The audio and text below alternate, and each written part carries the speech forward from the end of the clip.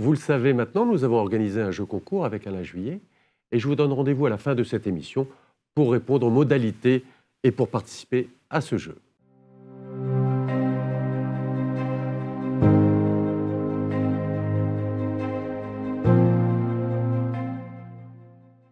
Bonjour, bienvenue sur Open Box TV, l'émission de géopolitique d'Alain Juillet. Alain Juillet, bonjour. Bonjour Claude. Nous allons proposer aujourd'hui à nos auditeurs une compilation des meilleurs moments des émissions que nous avons faites sur la guerre économique et l'intelligence économique. On s'est rendu compte que ces émissions prises une par une abordaient tel ou tel sujet, qui sont des sujets d'une importance capitale, mais quand vous mettez bout à bout l'ensemble de ces émissions, là vous vous rendez compte du vrai problème. On est face à une vraie guerre. Et je vous laisse développer pour ensuite aborder l'ensemble des morceaux que nous aurons sélectionnés. Volontiers, parce que vous avez raison. Quand on fait toutes nos émissions, dans pratiquement toutes nos émissions aujourd'hui, de manière plus ou moins forte, mais dans pratiquement toutes nos émissions, on sent qu'il y a derrière ce concept d'intelligence économique, parce qu'en définitive, ce sont toutes les techniques qui vont nous permettre d'arriver à ces échanges, à ces précisions, à cette documentation qui font qu'on comprend mieux. On essaie de comprendre le dessous des cartes quand le reste des gens se contentent de l'écume des vagues, pour être clair. L'intelligence économique, et on le voit à chaque fois, l'intelligence économique, c'est toute une méthode et une technique, des techniques, qui ont été bouleversées ces dernières années par l'arrivée du numérique, de l'Internet et de toutes les nouvelles technologies. Ce sont toutes ces techniques qui nous permettent en définitive de regarder tout ce qui se passe d'intéressant, de sélectionner le plus utile, d'en faire la synthèse et à partir de là, d'obtenir ce qu'on appelle nous des renseignements dans notre jargon, des renseignements qui vont nous être utiles pour que le décideur puisse prendre la bonne décision.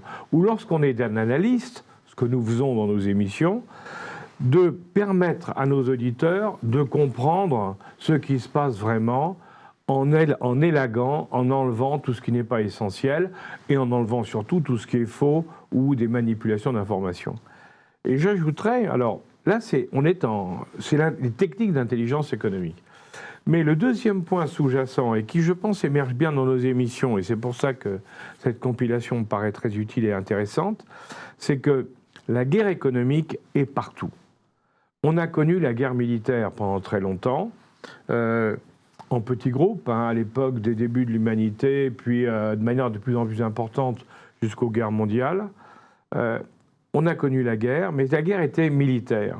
Et Clausewitz, à l'époque de Napoléon, disait que la guerre militaire est la continuation de la politique par d'autres moyens. Or, on s'aperçoit qu'aujourd'hui, au XXIe siècle, après les échanges diplomatiques, après les échanges politiques, on a la guerre militaire, mais on ne peut plus la gagner sans un accompagnement économique. La guerre économique est devenue fondamentale. En Ukraine, la guerre éclate, des deux côtés on se tape dessus sur le plan militaire, mais on y rajoute un train de sanctions parce que la guerre économique doit finaliser l'opération. Bon, c'est clair qu'en Ukraine c'est un échec, mais n'empêche qu'on l'a fait.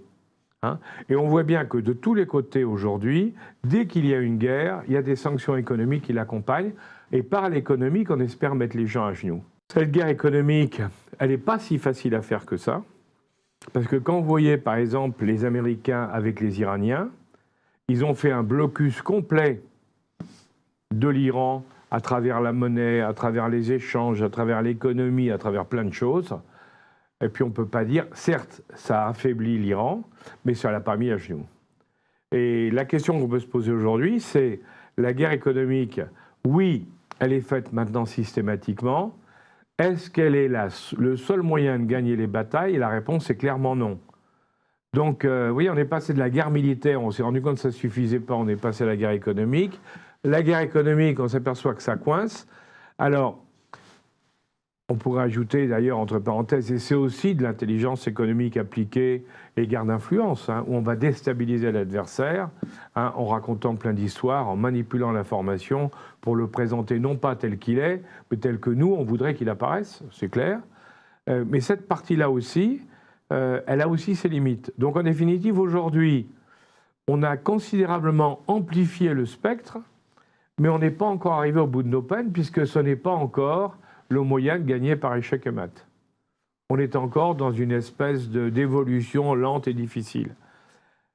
Il n'empêche que tout vient de l'intelligence économique. Par rapport à ce que vous venez de dire, si on revient sur le plan français, au-delà des problèmes qu'on se crée nous-mêmes, franco-français, et ça on sait faire, au fur et à mesure de nos émissions, on se rend compte que la France, l'industrie française, a été attaquée non pas par des pays a priori peut-être moins amis, mais plutôt par des pays qui font partie, comme nous, de l'Europe. Et comment est-ce possible, comment on peut faire comprendre aux Français que l'ennemi pour les guerres économiques, ce sont des amis, que ce soit des Européens, peut-être outre-Atlantique. Absolument. Et on a développé plusieurs exemples très précis. Et c'est un vrai problème parce qu'au fur et à mesure de ces émissions, on a le sentiment que les Français sont un peu des bisounours dans cette dimension-là, de guerre économique. Oui, mais alors, moi je reprendrai une phrase alors on dit qu'elle est de Churchill, d'autres disent que c'est de Gaulle, enfin d'autres. Il y a plein de gens auxquels on attribue cette citation, mais je crois qu'elle est très révélatrice de la réalité. Un pays n'a pas d'amis. Il n'a que des ennemis, des partenaires, des alliés, mais jamais d'amis. C'est-à-dire que, effectivement, si on se met à croire que parce qu'on s'entend bien avec l'autre, on est amis, on devient bisounours et on se fait rouler dans la farine. On l'a vu avec celui qui était l'autre membre du couple franco-allemand, l'Allemagne, qui nous a roulé dans la farine, on peut le dire, depuis 20 ans, mais consciencieusement, depuis 20 ans, en n'hésitant pas à utiliser tous les moyens pour nous piéger. On l'a évoqué dans nos émissions, sur le nucléaire, parce qu'ils voulaient développer le gaz et contrôler le gaz en Europe, ils ont saboté l'industrie nucléaire française en finançant par les instituts les ONG qui ont pignon sur rue en France, mais qui touchaient de l'argent allemand pour démolir la France, ce qui pose quand même un problème d'éthique et de morale, entre parenthèses, sur lequel un jour il faudra peut-être qu'on parle. Bon, mais il n'y a pas que ça. Vous avez les Américains qui, d'un côté, nous disent non, il faut être ensemble et autres, et qui nous sabotent tous nos contrats, par exemple, qui peuvent, pour pouvoir vendre à notre place des produits. Vous avez dans les normes certains pays étrangers qui influencent la publication des normes au niveau européen. Les Anglais, on a connu ça avec les Anglais, mais avec d'autres, et de manière à ce que nous n'ayons plus la capacité de produire selon les habitudes françaises, et donc de nous déstabiliser. On voit que tous les moyens sont bons, nous sommes en guerre économique, nos amis sont bien souvent pires que nos ennemis. On comprend très bien que les intérêts des autres ne sont pas les nôtres. Quand une usine ferme, parce qu'on vous a volé, parlons franchement, on vous a volé les technologies et qu'elles sont maintenant utilisées ailleurs par une autre usine dans un autre pays pour une autre société, quel est le résultat ? Eh bien, l'usine ferme chez nous, les gens sont mis au chômage, il y a donc toutes les contributions financières, impôts et autres qu'ils versent, tout le PIB du pays est touché. Donc ce qu'il faut arrêter de rêver.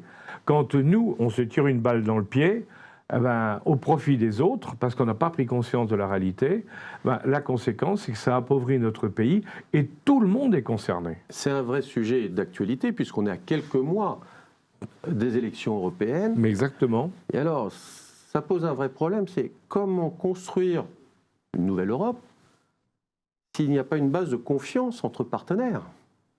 Parce que ce soit avec, vous avez parlé de l'Allemagne, mais on peut aussi parler des Pays-Bas qui sont... Bien sûr. C'est un pays de commerçants. Absolument. Mais historiquement, culturellement, donc c'est la porte d'entrée des produits asiatiques, oui, chinois, absolument, oui. qui envahissent ensuite les États européens. Peu de temps avant qu'Angela Merkel parte de la chancellerie, quitte la chancellerie, elle est partie en Chine pour négocier l'accord économique européano-chinois.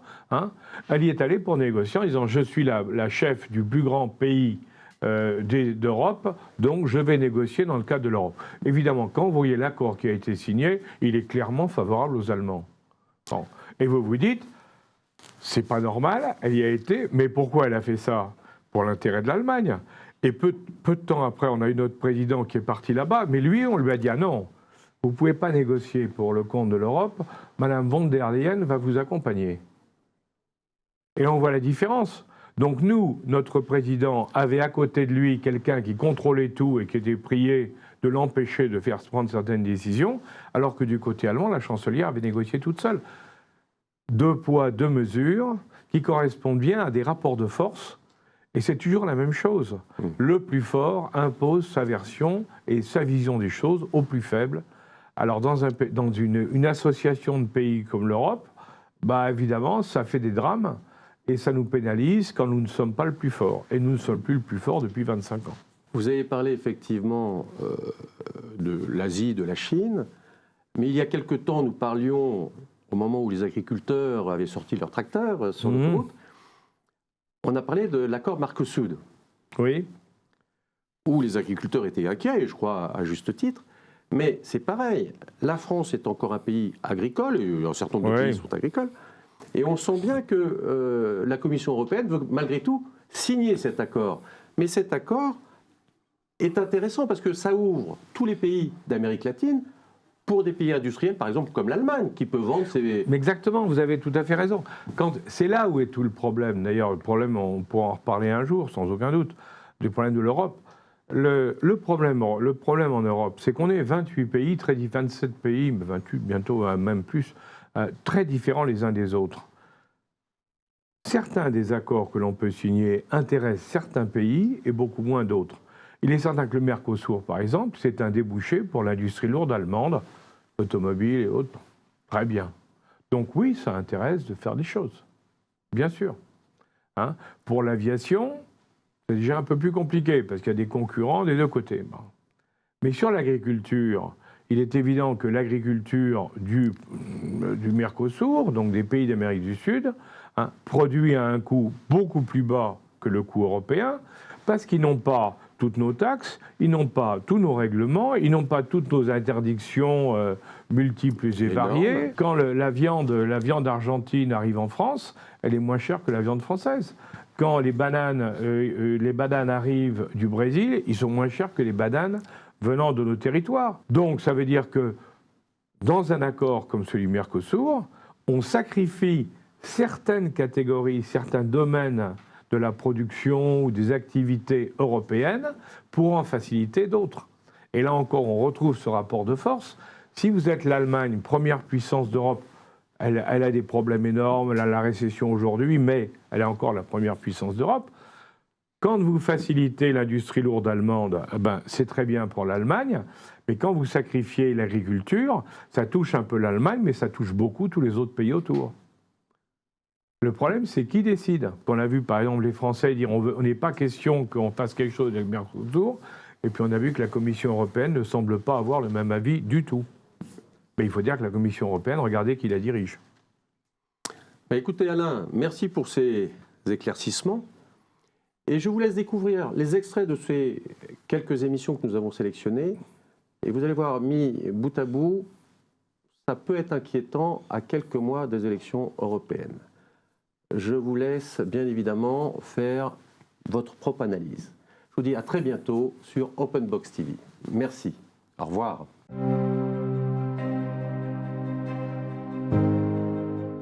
Morny a été, d'abord, a fait partie de l'équipe de Marie-Noëlle Lienemann et Jean-Baptiste Lemoyne, qui a travaillé sur l'intelligence économique et qui a publié un rapport très intéressant qui est sorti il y a quelques semaines, dans lequel ils ont analysé tout ce qui s'est passé depuis, on peut dire, la création de l'intelligence économique en France, on y reviendra, jusqu'à maintenant, et en faisant des propositions très concrètes pour faire évoluer cette intelligence économique de manière à ce que la France soit plus efficace. L'intelligence économique, pour vous rappeler rapidement, ça a démarré en France dans les années 90 avec 3 personnages. Il y a un rapport qui est fait sur l'intelligence économique par Henri Martre. Henri Martre était le patron de l'aérospatiale, c'est pas rien, c'est l'ancien Airbus, hein, qui avait été appuyé, inspiré par Robert Guillaumeau, qui était un patron d'entreprise dans le cyber, il n'y avait pas tellement à l'époque, et qui avait vu ce qui se passait aux États-Unis, qui avait dit attention, ils sont en train d'avancer beaucoup plus vite que nous et d'utiliser des moyens très modernes. Et puis le troisième, c'était le préfet Potra, qui était à l'époque au SGDN, secrétaire général de la Défense nationale, et qui, lui, amenait toute la puissance de l'État en disant attention, on se fait attaquer de partout, il faut qu'on réagisse. Donc ces trois ont lancé l'intelligence économique en France. En 2002, ça a été relancé à l'époque sous le gouvernement Raffarin, parce qu'on venait de perdre deux énormes affaires, deux énormes sociétés en France. D'une part, GEM+, c'était les fameuses puces. Nous étions leader mondial, on s'est fait piquer la société, il n'y a pas d'autre terme, par nos amis américains, et on n'avait rien vu, on s'est réveillé trop tard. Et la deuxième, c'était Péchinet, quand même une affaire dans l'aluminium qui était très importante. Et surtout, c'était important parce qu'à l'époque, les usines d'aluminium, comme elles consomment beaucoup d'électricité, avaient été construites dans des vallées de montagne, avec des barrages qui fournissaient l'électricité sur les torrents de montagne, bien sûr, et ça permettait de vivre ces vallées très pauvres en général. Bon. Or, qu'est-ce qui s'est passé? En 48 heures, ça a été racheté par nos amis canadiens. Le gouvernement français n'en savait rien, n'a rien vu. On s'est retrouvé avec la société qui était passée sous contrôle nord-américain. Et, bien entendu, dans les 2 ans, les 60 000 personnes qui travaillaient dans les vallées, elles se sont retrouvées au chômage. Alors évidemment, ça choque au niveau du politique. Et donc là, on a relancé l'intelligence économique. C'est là où j'ai eu l'occasion de m'en mêler comme au responsable. Puis j'ai chargé de relancer ça. Et puis, qu'est-ce qui s'est passé derrière? De nouveau, c'est commencé à retomber, parce qu'à chaque fois, c'est la même histoire. Ça retombe, parce que, pour des raisons de politique, d'administration, un ministère veut tout contrôler, d'autres ne sont pas intéressés. Enfin, il y a plein de choses qui se passent. C'est retombé progressivement, même si un certain nombre de gens s'en occupaient et ont fait beaucoup de choses, mais globalement, c'est retombé.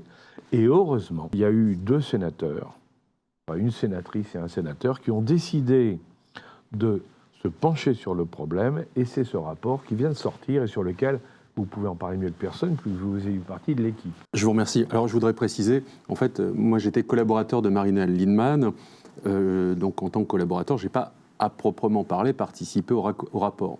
En revanche, s'il y a eu un rapport, c'est parce qu'il y a d'abord eu, à l'initiative de Madame Lindemann, le dépôt d'une proposition de loi sénatoriale pour créer un programme national d'intelligence économique.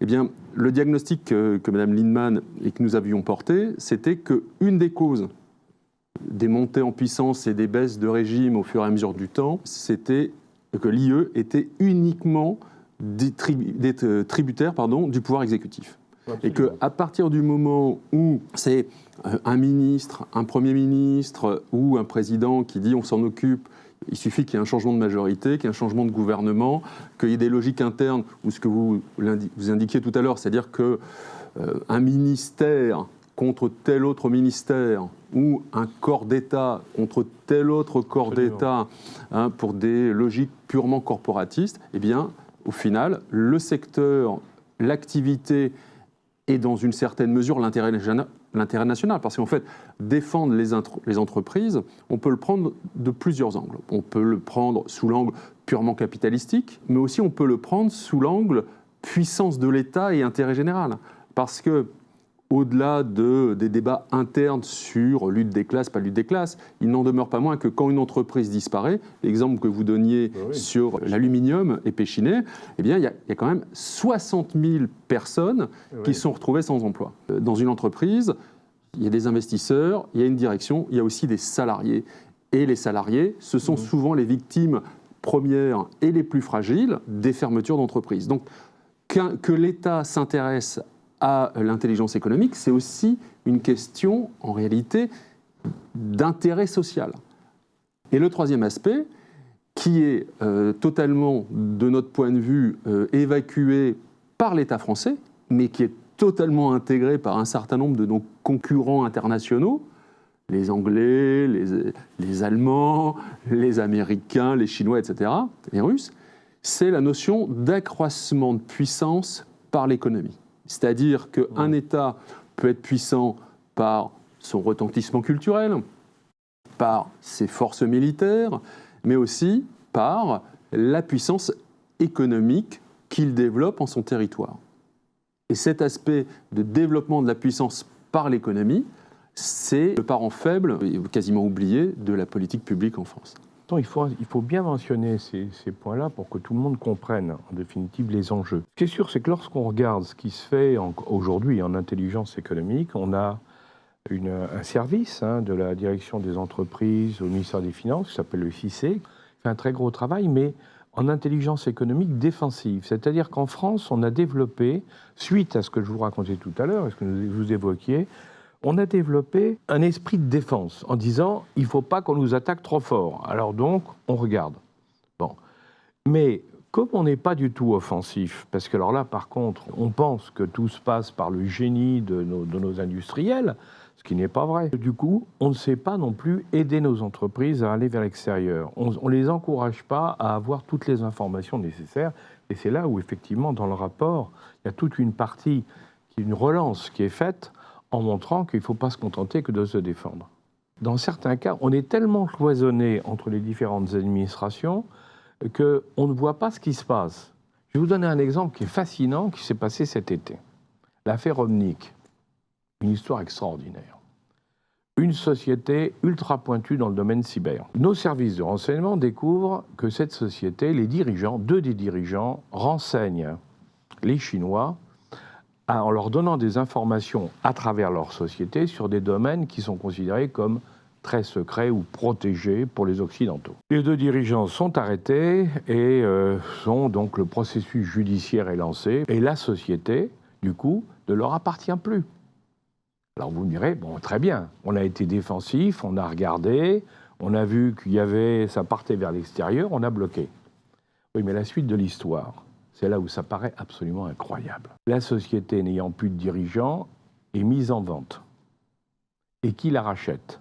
Les Américains. C'est-à-dire qu'on avait des secrets, qu'on punit les dirigeants, on veut empêcher que ces secrets partent en Chine, et on vend l'affaire aux Américains pour que les Américains la récupèrent.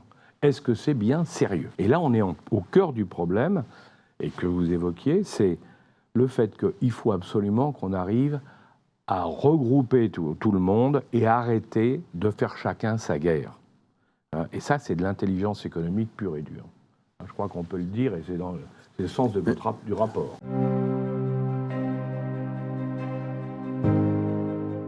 Mais il est important aussi de prendre conscience de la réalité de ce qui se passe sur le terrain. C'est-à-dire, si vous voulez, au-delà des grands concepts, au-delà des rapports de force ou des rapports de puissance entre les uns et les autres, il est toujours intéressant de regarder ce qui se passe au niveau de l'application pratique, au niveau du terrain. Et le travail qui a été fait par Augustin Colnet, justement, nous amène au cœur de cette problématique lorsque nous voyons que des quantités d'entreprises dans différents domaines ont été récupérées par l'étranger de différentes manières. Nous en parlerons durant cette émission.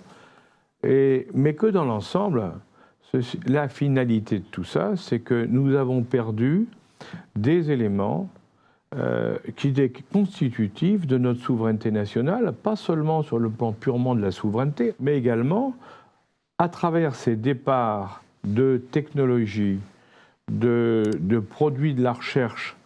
Eh bien, c'est de l'emploi de demain qui a été perdu. Maintenant, je me suis posé la question, ok, donc on a trois pays qui nous font face, qui m'ont l'air particulièrement belliqueux, que sont les États-Unis, l'Allemagne et la Chine. Et je me suis dit, donc regardons un peu que fait l'État pour protéger nos entreprises stratégiques face à des pays qui sont particulièrement agressifs. Donc je me suis fixé comme échelle de temps 15 ans à peu près, donc de 2008 jusqu'à aujourd'hui, jusqu'à 2023. Et donc j'ai remarqué qu'on avait, en parcourant, donc en faisant de la recherche en source ouverte, en rencontrant des directeurs sûreté ou des responsables de cabinets d'intelligence économique, qu'on avait vendu un total de 16 entreprises qui me paraissaient évidemment stratégiques. Donc ça va de Alstom, donc qui fabriquait nos turbines à Arabelle pour les centrales nucléaires, en passant par Omic, par exemple, qui fabrique des puces très puissantes dans le domaine des semi-conducteurs, ou encore une entreprise peut-être moins connue qui est Latécoère, et donc qui est un leader mondial de la technologie LiFi, notamment au niveau de l'aéronautique. Voilà, donc ça c'est un panel d'entreprises, donc il y en a 16. J'ai remarqué que parmi ces 16 entreprises, vous en avez 11 qui ont été rachetés par des acteurs américains et 2 qui ont été rachetés par des acteurs chinois. Après, vous avez un luxembourgeois et puis les Émirats arabes unis qui ont racheté le groupe Manurin. Voilà un peu le constat que j'ai dressé. En vous écoutant, là, je me souvenais effectivement que lorsqu'on évoque tous ces problèmes, tout le monde connaît, enfin vous connaissez tous, vous avez entendu tous parler des condamnations qu'on a eues par les Américains en particulier. Vous évoquiez BNP Paribas et plein d'autres, Alstom et plein d'autres, avec tout ce qui s'est passé derrière, où on voit bien que ce sont des États qui ont eu la capacité de lancer de véritables plans d'attaque contre des entreprises qu'ils jugeaient intéressantes pour eux et qui n'ont pas hésité à récupérer. Pour les Américains, c'est vraiment devenu un problème majeur, c'est ITAR. Alors peut-être qu'on pourrait effectivement, pour nos amis, expliquer ce que c'est qu'ITAR, et puis après on pourrait prendre des exemples, parce que c'est quand même une invention qu'on peut qualifier de satanique. Voilà. Alors, les ITAR, donc ça veut dire en anglais, c'est International Traffic in Arms Regulation. Donc c'est quoi? C'est un outil qui a été mis en place par les États-Unis et qui vise, dès lors que vous avez un composant d'origine américaine dans votre produit fini, en prenant le cas, par exemple, en 2018, de la société Dassault Aviation qui, vous souhaitez vendre ses Rafales à l'armée de l'air égyptienne, donc ces avions de chasse Rafale, et avec, ils vendaient également, avec ces avions de chasse, des missiles fabriqués par la société MBDA, et c'est surtout dedans où il y avait des composants américains.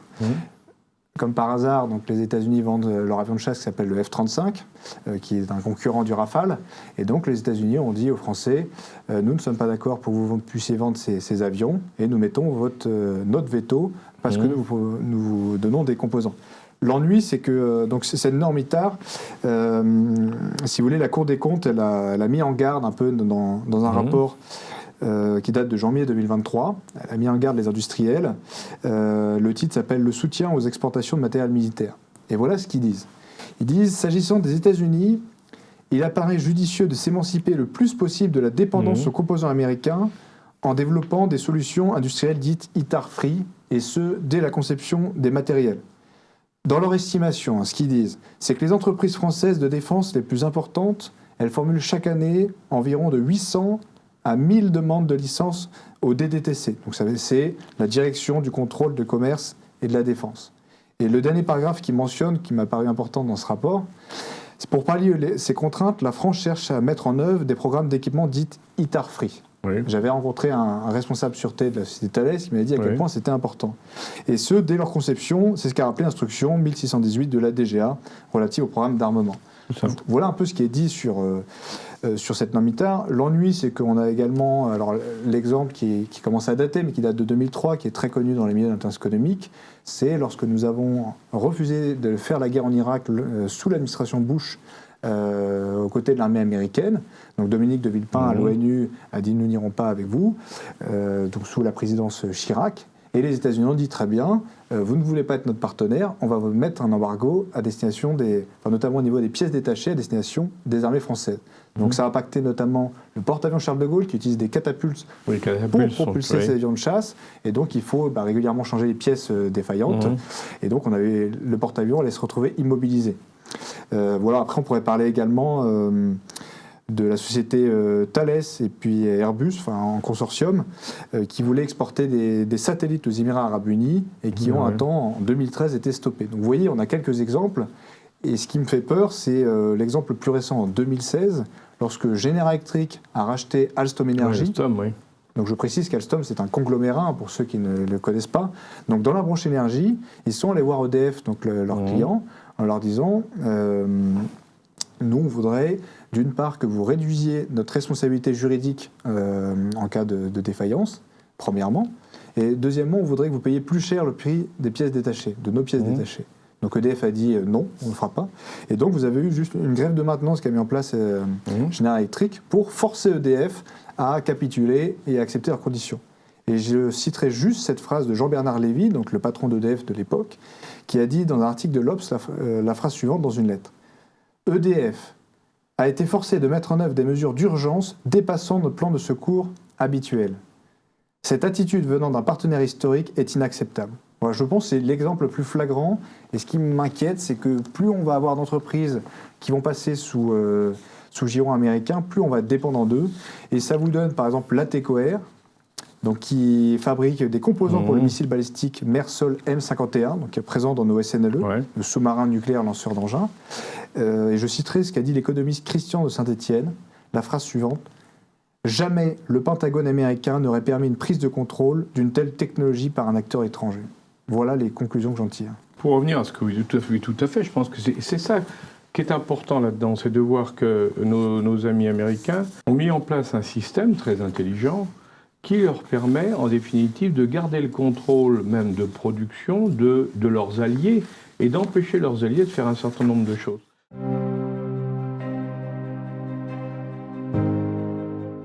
Mais pour commencer, je voudrais quand même rappeler un certain nombre de choses qu'on avait eu l'occasion d'évoquer dans le passé, comme vous le disiez. Quand on regarde les ONG, on s'aperçoit que 70% des ONG, si j'en crois un rapport qui avait été fait il y a déjà de nombreuses années, mais qui n'a jamais été remis en cause, qui avait été fait par Bernard Carayon, un député qui était spécialisé en intelligence économique il y a une dizaine d'années en France, dans le cadre d'une fondation qu'il avait créée, il avait montré que sur 100 ONG, 70 étaient pilotées par des États ou par des entreprises. Il n'y avait que 30 ONG, je dirais, honnêtes. Les autres étaient des engins, des outils de manipulation. Dans ce qu'on va évoquer aujourd'hui, on va parler des fondations. Et on va voir le rôle qu'a pu jouer, que peuvent jouer encore, parce que ça continue, des fondations allemandes dans le domaine du nucléaire. Et bien entendu, en cours de route, on comparera avec d'autres organisations, dont les fameuses ONG, qui, comme par hasard, sont complémentaires. Et on comprend bien que tout ça, c'est un tissu dans lequel on peut se faire prendre. Et comme vous allez l'entendre dans cette émission, vous allez voir comment un pays, à travers des fondations, est capable de déstabiliser l'industrie d'un autre pays avec toutes les conséquences que ça peut poser. L'autre pays étant la France, l'activité étant le nucléaire.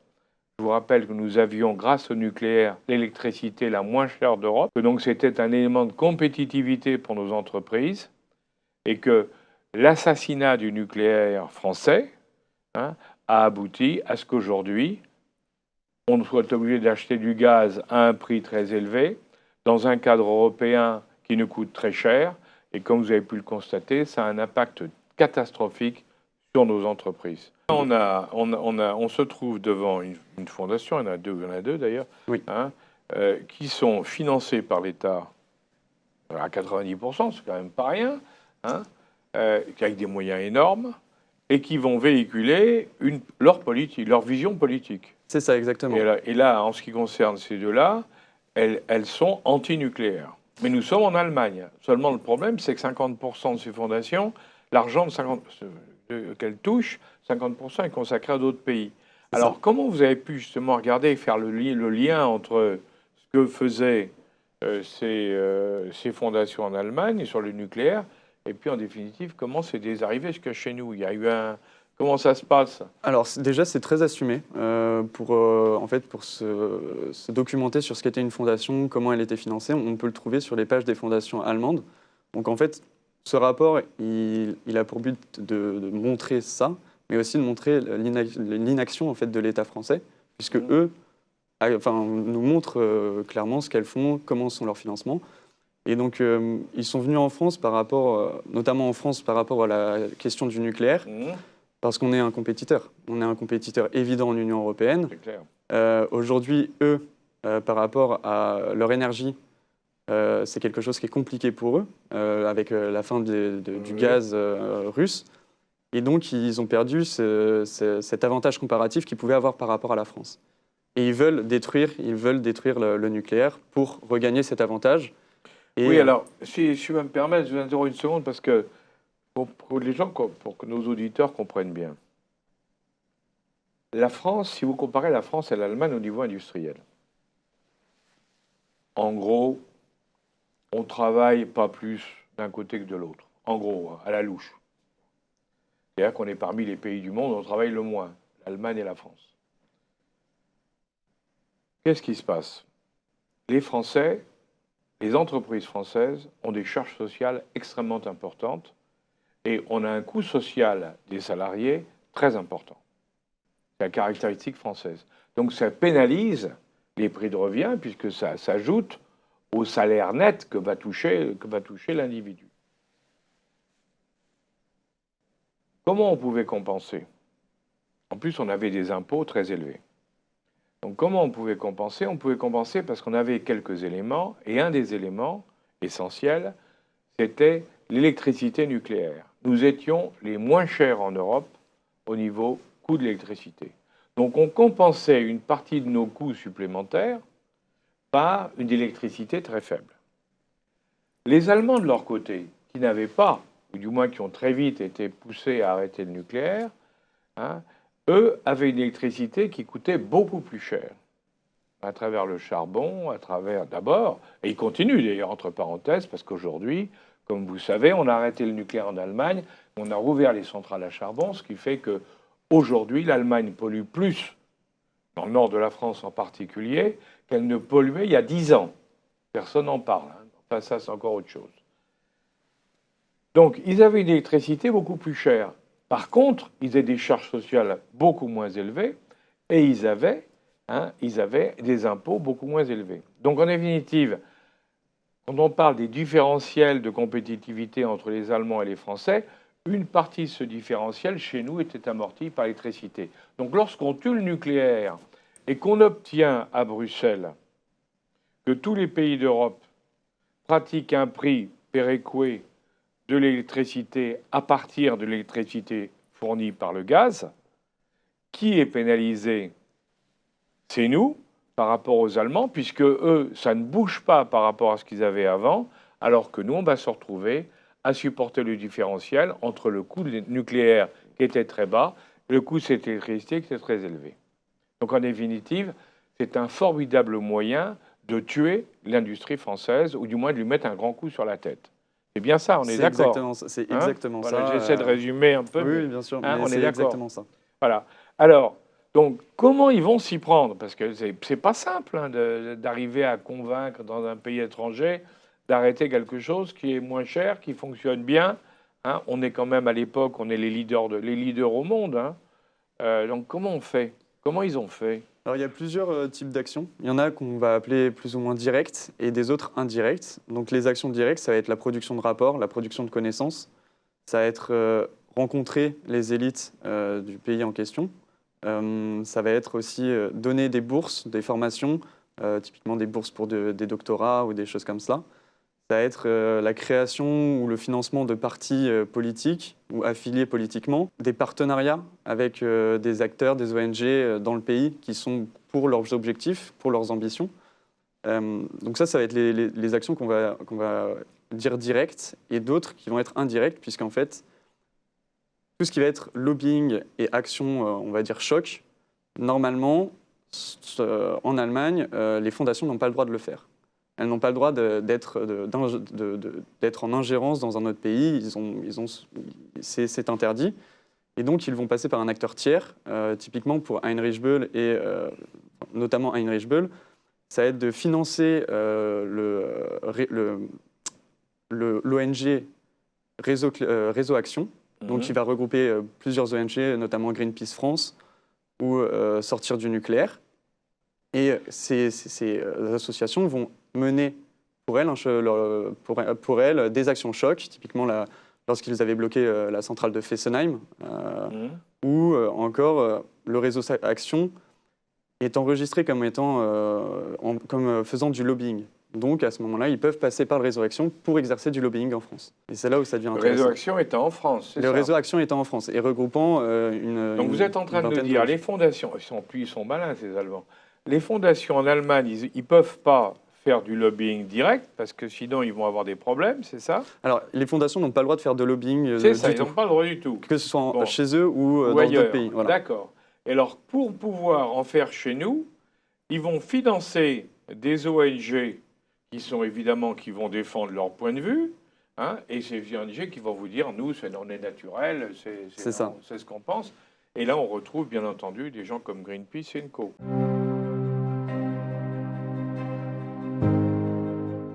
Mais est-ce qu'un État peut soutenir une entreprise privée dans sa guerre économique contre un concurrent? Il crée une synergie entre la puissance de l'entreprise, des ingénieurs en interne, et puis la puissance d'un État au Bien bénéfice sûr. de l'entreprise. Bien sûr, vous pouvez avoir l'État qui va aider une entreprise sous une forme ou sous une autre, sous une forme de subvention, de manière à ce qu'elle soit compétitive par rapport aux autres, ou plus compétitive que les autres. Quand vous avez au niveau européen, dans la direction de la concurrence de la Commission européenne, par exemple, fait la chasse à toutes les aides pouvant être faites par des pays pour aider des entreprises de leur propre pays, parce qu'ils disent l'aide que vous allez fournir va concurrencer les autres entreprises du même style en Europe, et vous n'avez pas le droit parce qu'en Europe, c'est le libre-échange et la libre concurrence. Bon.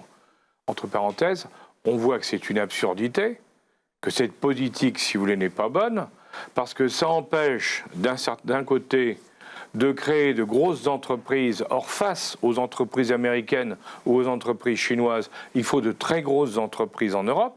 Si vous n'avez pas de grosses entreprises, elles se font dévorer par les autres.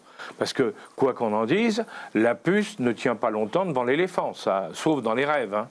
D'un côté, il y a ce rapport de force qu'on empêche en disant on va niveler la concurrence, mais il y a aussi autre chose, c'est quand vous avez une activité qui est très importante, ouais, qui est très forte, très puissante en capacité de développement ou d'innovation, mais une activité qui a besoin de financement important, ben, si vous ne lui accordez pas les financements, même si l'entreprise est bonne, elle n'y arrivera pas. Alors il y a plusieurs solutions.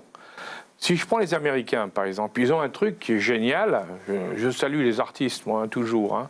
J'ai toujours beaucoup d'admiration pour ceux qui conçoivent les choses intelligentes. Boeing ne peut pas être aidé par l'État américain parce que sinon la Commission européenne dit à Boeing hey, « vous n'avez pas le droit, on va vous taxer ».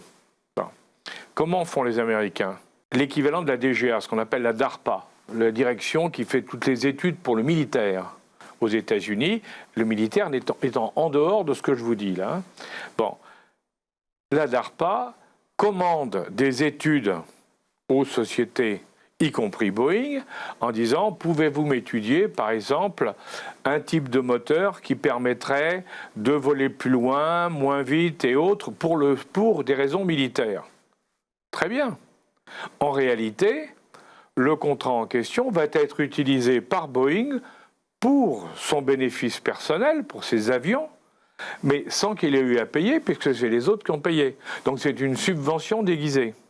Parce qu'à ce moment-là, vous vous rendez bien compte qu'il y a une distorsion de concurrence entre l'Américain qui va être aidé par la partie militaire, je dirais, hein, et les Européens, l'Airbus qui ne va pas pouvoir y arriver parce que lui, Bruxelles va lui dire surtout, vous n'avez droit à rien. Comment se situe la France? Parce que vous avez été plus qu'aux affaires, c'est-à-dire vous avez quand même initié. J'ai eu l'honneur d'être désigné pour relancer l'intelligence économique en France en 2002, hein, pendant 7 ans, 8 ans même. J'ai eu l'honneur de le faire pour le compte de trois premiers ministres successifs, hein, dans le cadre du SGDN, sachant qu'on avait eu une première étape en France en 92 avec Henri Martre, qui était le patron de l'aérospatiale, et quelques autres. C'était des gens qui avaient compris ce que c'était que l'intelligence économique, qu'ils avaient vu en particulier aux États-Unis, parce que les Américains avaient commencé 10 ans plus tôt, et qui l'ont implanté en France. Le problème, c'est qu'ils ont démarré en 92, et en 97, ça s'est arrêté. C'est retombé, si vous voulez, parce que le politique, à l'époque, considérait que c'était pas intéressant, que ça servait à rien. L'économique, déjà, c'était pas très bien. Non seulement ça ne servait pas à grand-chose, mais dans le fond, tout ça, c'était des histoires de capitalistes. Alors, évidemment, on ne s'y intéressait pas. Le problème, c'est qu'en arrêtant, on a perdu des points par rapport à tous les autres pays et toutes les autres entreprises qui, elles, le pratiquaient. Encore un sujet où finalement, on pense que c'est assez réducteur, mais finalement... Ah non, pas du tout. Ça touche pas du tout. Tous les domaines, ça touche tous les pays, toutes les zones, tout le monde entier. Et quelque part, l'intelligence économique, c'est un outil de souveraineté oui. pour son État, pour son pays. Mais c'est ce qu'ont compris les Chinois, c'est ce qu'ont compris les Américains. Mais on voit bien qu'à chaque période de l'histoire, il y a eu un pays ou un groupe de pays qui a dominé les autres grâce à l'intelligence économique. Hein. Les Anglais ont pu faire le Commonwealth grâce à la pratique de l'intelligence économique. Les Vénitiens étaient la première puissance en Méditerranée grâce à l'intelligence économique de l'époque. Hein. À l'époque, il n'y avait pas d'ordinateur, il n'y avait pas de règles, mais il y avait des bateaux. Hein, les Japonais, après la Deuxième Guerre mondiale, se sont relancés grâce à l'intelligence économique, hein, en utilisant le fax et le téléx. À l'époque, c'était le téléx, c'était encore avant le fax. Bon, à chaque étape, il y a eu des gens qui ont su utiliser, et ça a marché formidablement bien. Hein. Et ce qui est terrible, c'est qu'au moment où maintenant, grâce au numérique, l'information circule dans tous les sens et partout, et où on a donc accès à toutes ces informations qu'on avait tant de mal à avoir avant, eh ben, il y a certains pays comme le nôtre où on n'est pas encore arrivé à comprendre que c'était un élément essentiel pour faire une bonne stratégie. Ben écoutez, Alain Juillet, merci. On a encore appris beaucoup de choses grâce à vous. Il se trouve que c'est un domaine que vous maîtrisez un petit peu. Je vous donne rendez-vous pour une prochaine émission sur Openbox TV. N'oubliez pas, bien évidemment, si les sujets que nous abordons vous intéressent, à vous abonner et à activer la cloche pour recevoir une petite information tous les vendredis, car nous mettons en ligne une nouvelle émission tous les vendredis vers 17h30. Merci et à très bientôt. Pour participer à ce jeu concours, vous n'avez plus qu'à cliquer sur ce lien. Vous découvrirez les questions autour de nos émissions. Je vous souhaite bonne chance et je vous souhaite aussi de gagner les nombreux lots que nous vous proposons. Merci et à bientôt.